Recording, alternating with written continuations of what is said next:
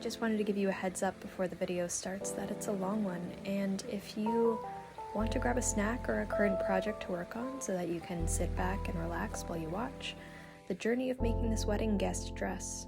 So if you're ready, let's go.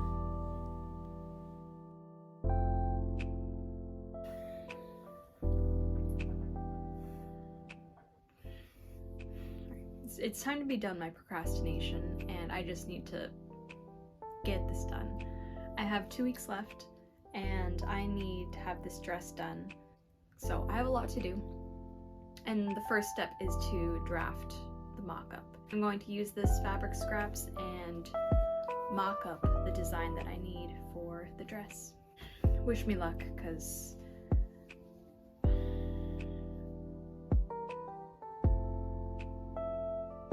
just get it done. Just come on, let's do it. Let's do it.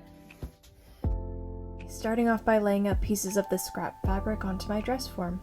Initially, I just started following the shapes of the dress form seams to create a very sculpted bodice. If you've watched any of my other videos, you know that I don't often use store-bought patterns. Even if it would be easier, I usually just draft my own. If you're looking for a fast way to make clothing, I probably would recommend buying paper pattern, but this is just how I do things, and I'm used to it and I like the challenge. Once I have all the pieces of fabric taken off the dress form, I will transfer them onto paper and smooth out all the edges with my French curve ruler, and add a 1/2 inch seam allowance.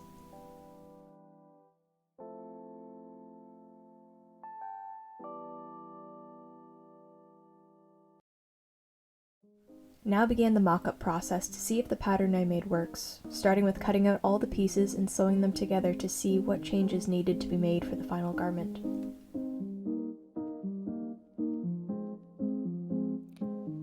I was really inspired by this dress that I had found on Pinterest and immediately fell in love. Now, although this dress is not available to be sold any longer, I knew that I just had to try my hand at making it.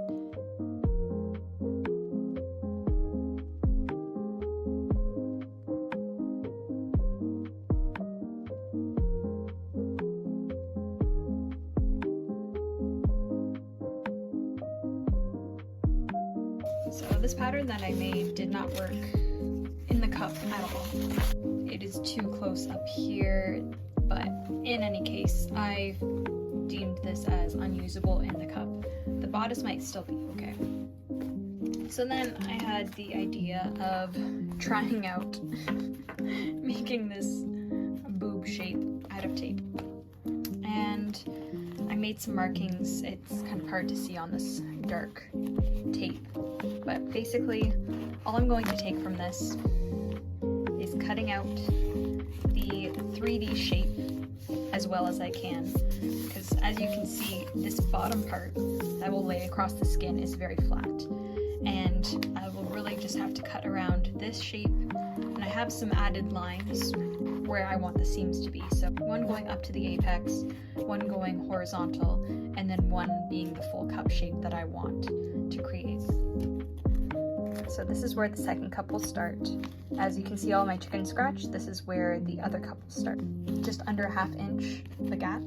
But right now what I'm going to do is trim this up into the shape that I actually want it to be, and then from there make it onto a paper pattern. I have a bunch of these cups from sports bras and bathing suits hanging around and wanted to see if I could use them for this cup shape that I'm trying to make. I would try to cut out the pattern pieces I've made into the foam cups, but trying to match up the curves of the cups into a new spherical shape was way too big of a job for me to handle in this time crunch.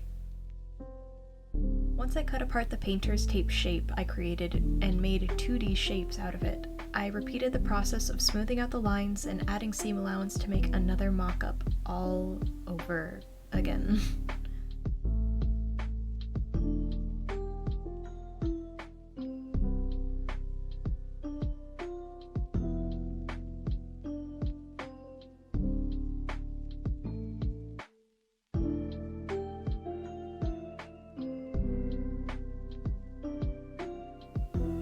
I realized from my second pattern that I wanted more coverage up top and pinned a new scrap piece for me to transfer into the next paper pattern that I draft. Also making a few tweaks here and there to get the right shape and avoid sharp points where I don't want them. So this is the third pattern that I've made for the bra cups, and I'm really hoping that this is the last one I have to make. I want to make the cups out of a firmer material, very much like what's used for these inserts for sports bras. And first thought was to go to the store and find something of this density and stability, just binding them with the zigzag stitches I've seen before. I try to work around not leaving my house and just using what I have in my craft room, because I honestly probably have something that could work in here. So I was going through my head thinking like, okay, like what can I use in this room? Then I came to the idea, and what I'm probably going to try right now, which is using Lycra. I used to make a lot of dance costumes for a dance studio that I was a part of. So if I am adding 3 layers of each one, I think that gives me the density that I need, as well as being still fairly light, comparable to these cups. Let's test this out to see if it works. If not, I just have to go to the store and bite the bullet and see what they have. But so I actually found, this is neoprene. This is very thick Lycra. I actually think that this might be better. Color-wise, I don't think it's going to work as well, just because I think the color that I'm going to end up with is going to be like a dusty emerald color, and I think that this might be a little dark. To use these scrap little pieces that I have already and then just have this as the outer lining, since this green will not be as dark as the neoprene, it won't show up as much and won't look as weird underneath the outer fabric. 2 layers of neoprene, 1 layer of the green, and then I will try 1 layer of neoprene and then 1 layer of the green. Okay, new test, let's go. I'm going to try to explain myself a little bit better. I cut the green Lycra for both cup tests, and I cut 1 layer of charcoal neoprene for one test and a double layer for the other to see if that extra layer of support was really needed, resulting in one cup having 1 green and 1 gray layer, and the other cup having 1 green and 2 gray layers.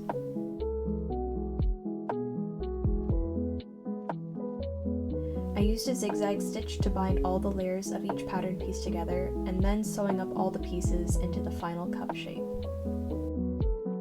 Both cups done, and I'm pretty sure I'm going to go with the 3 layers. 2 layers of the neoprene and 1 layer of Lycra.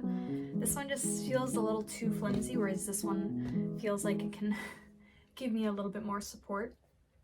This came together so well, and I don't really want to tear it all apart or cut anymore. I'm just gonna see if I can piece together and then just by hand attach these on.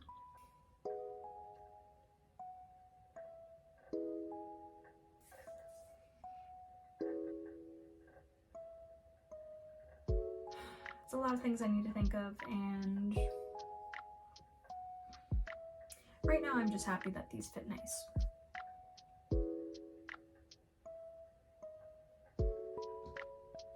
I think I might have to do the zipper.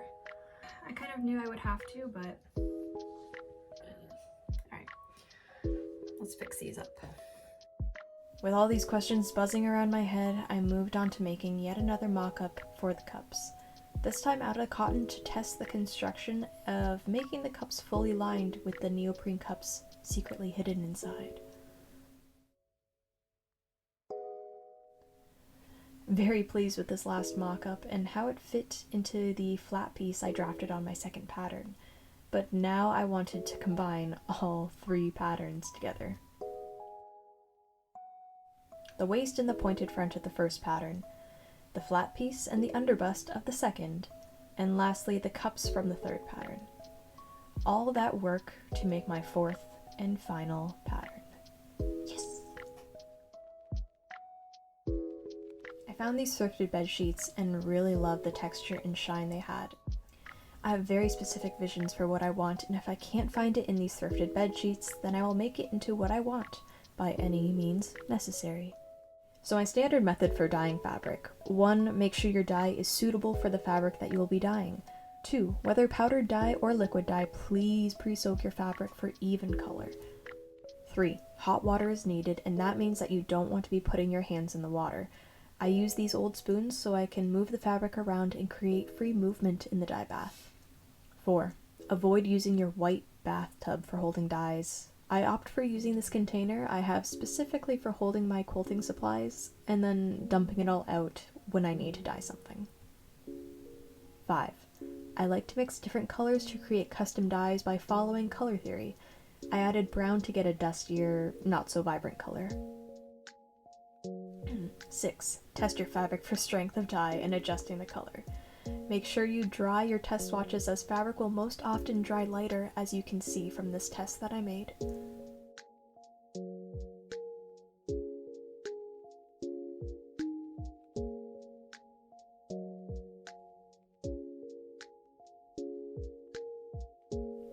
This was my method for moving the fabrics, as to not try to tangle all the fabric into a ball. I open it up and unravel it so that the dye can evenly reach every inch of the fabric. Your arms will hurt after 20 minutes of stirring, but you are a strong, confident person who knows how to wield wooden spoons, and you don't care who knows it.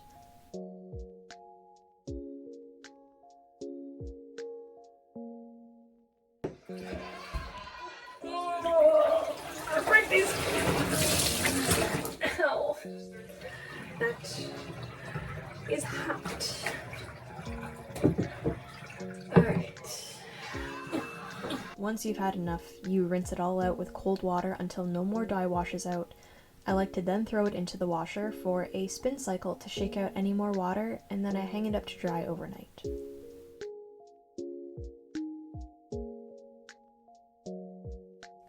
And ta-da! Here's the color I ended up with. In real person, it is a more vibrant and green, but you'll be able to see how it looks out in the wild for the full result later on. Once my fabric was fully dry, it was time to hack it up. I wanted the bottom of the dress to be simple gathered skirt, so I just cut out 2 panels, 4 times my waist circumference in width, and 32 inches in length, so I had some wiggle room to play with the hem.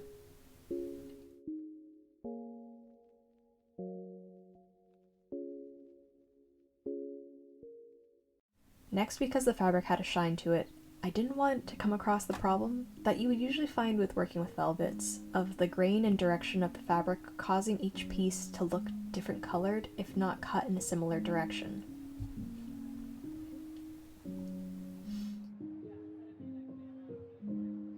Luckily, my dye job went really well, so I didn't come across any blotchy patches or discrepancies in color, but I did make sure to keep that in mind while cutting out each piece.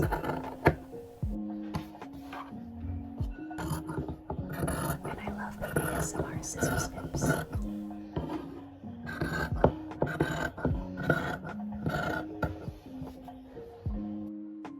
I like to pin everything together so I can bring it to my sewing machine and marathon through a bunch of seams.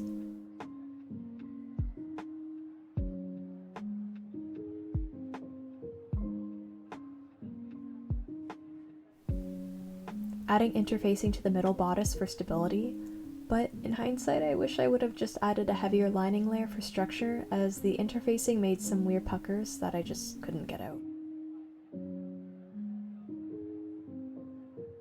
I don't show it here, and I believe I cut the footage while making the mock-ups, but the amount of times that I messed up sewing the cups to the wrong sides and having to rip it out and redo was very aggravating, and happened more times than I'd like to admit. But that's my fault when I don't label pattern pieces clearly and just assume that they have the right sides sewn together.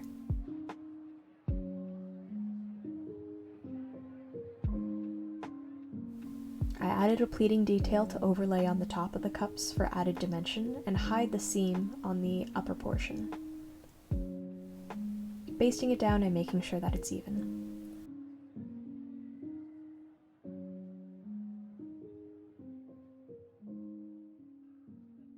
Next, I worked on the structure of the bodice and added some boning channels in the seam allowance for the lining.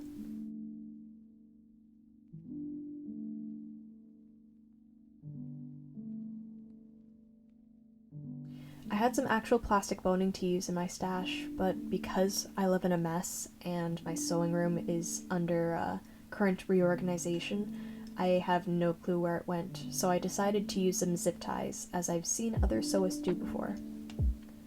Rounding out the edge and inserting it into the channel to measure and mark where I'd like it to end.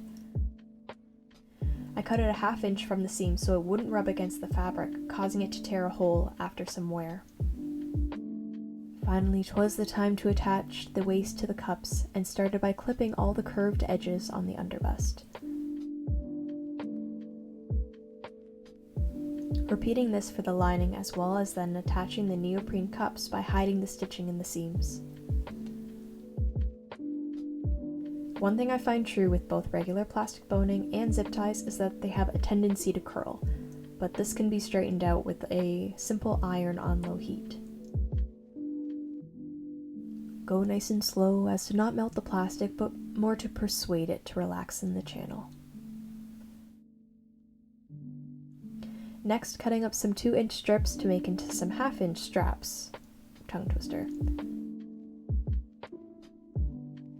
Pinning the straps to the top while I start to match up the seams on the lining and outer shell to sew together.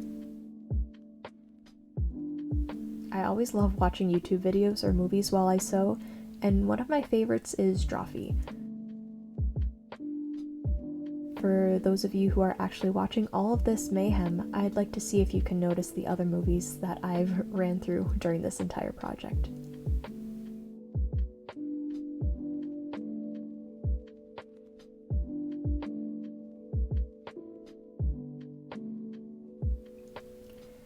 Trimmed the center seam allowance so that I can turn it out with less bulk where the cups meet in the center bodice.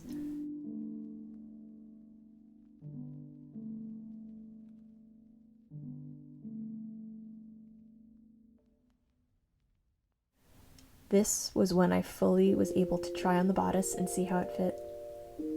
I really should have bought a longer zipper, but I work with what I've got. Making the final adjustments on the strap length and the fit of the bodice. There are a lot of could-haves in this project, but nothing was detrimental to afford any regrets. I kept going back and forth on if I wanted to do a side closure or a back closure, and ultimately made the decision to make the back more decorative with full lacing and put a zipper at the side.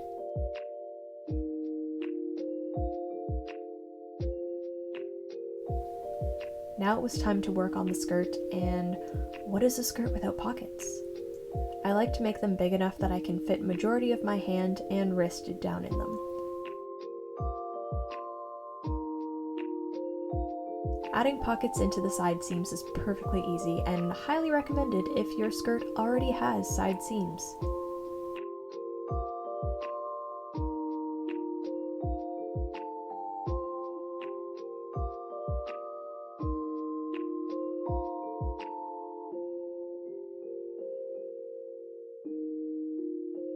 Because I have a point at the front of the bodice, I have to account for that in my skirt. So I measure how far down the dip goes from the waistline and then mark that onto my front panel and extend the line to the sides so that gathering fits into the dip.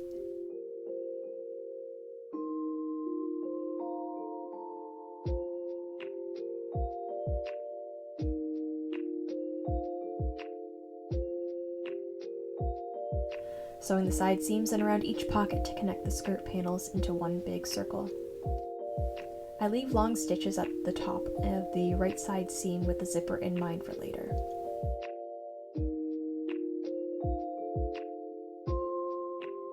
Adding 2 rows of gathering stitches to the top of the skirt and pulling the bottom threads to make it fit my bodice to waist measurement, then finally attaching it.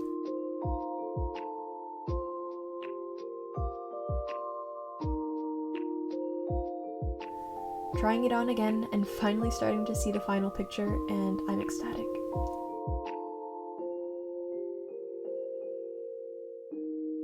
I wanted to take out some of the fabric right next to the cup sides to get rid of the gaping. If I were to make it again, I would account for that in the pattern, but I would have to fully redo the bodice, and I was not in the mood to do that. So a dart is perfectly fine.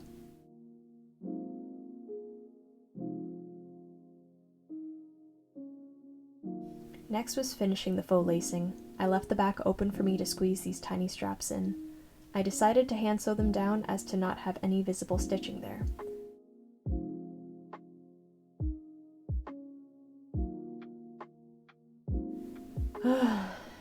Now for the part I've been dreading. The zipper. It's not like I can't do them, but I just like to avoid them with any chance I can. This dress, for how it was supposed to look, needed a zipper, and I thought it would be in my best interest to hide it at the side seam in case it didn't turn out okay. This is my first time fully trying an invisible zipper by machine, but trying to fiddle with the special foot and following multiple tutorials did not work for me, so I resorted to hand sewing it down.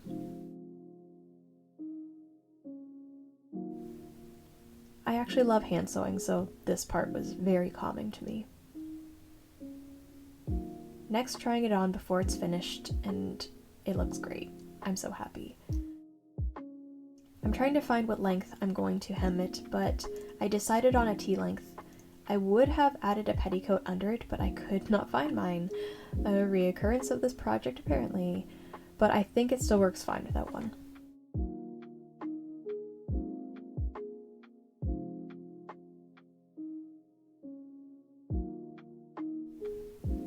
Again, because I like to make things harder for myself, I took the opportunity to sew the hem by hand and watch some more movies.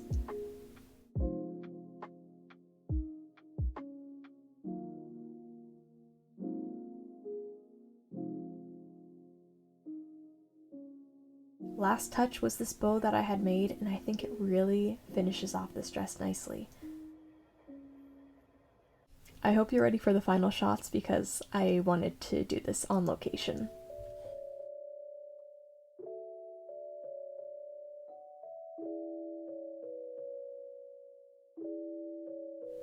I love how this dress turned out. It was truly the perfect dress to wear in July with the heat and the cool fog that rolled in. I did not plan for this dress to be the perfect color to fit in with the morning fog, but I'll take credit for it.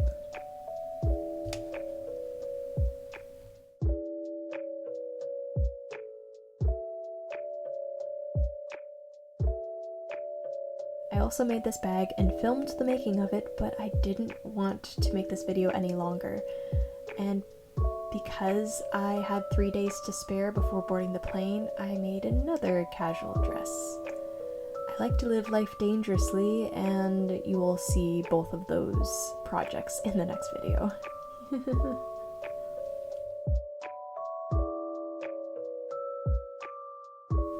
I regret not ironing this dress for these shots, but unfortunately this is the day after the wedding and a long night of dancing. I absolutely love Nova Scotia, and being able to wear this dress, let alone take these clips, was magical. The quiet calm of this place is breathtaking and so mysterious.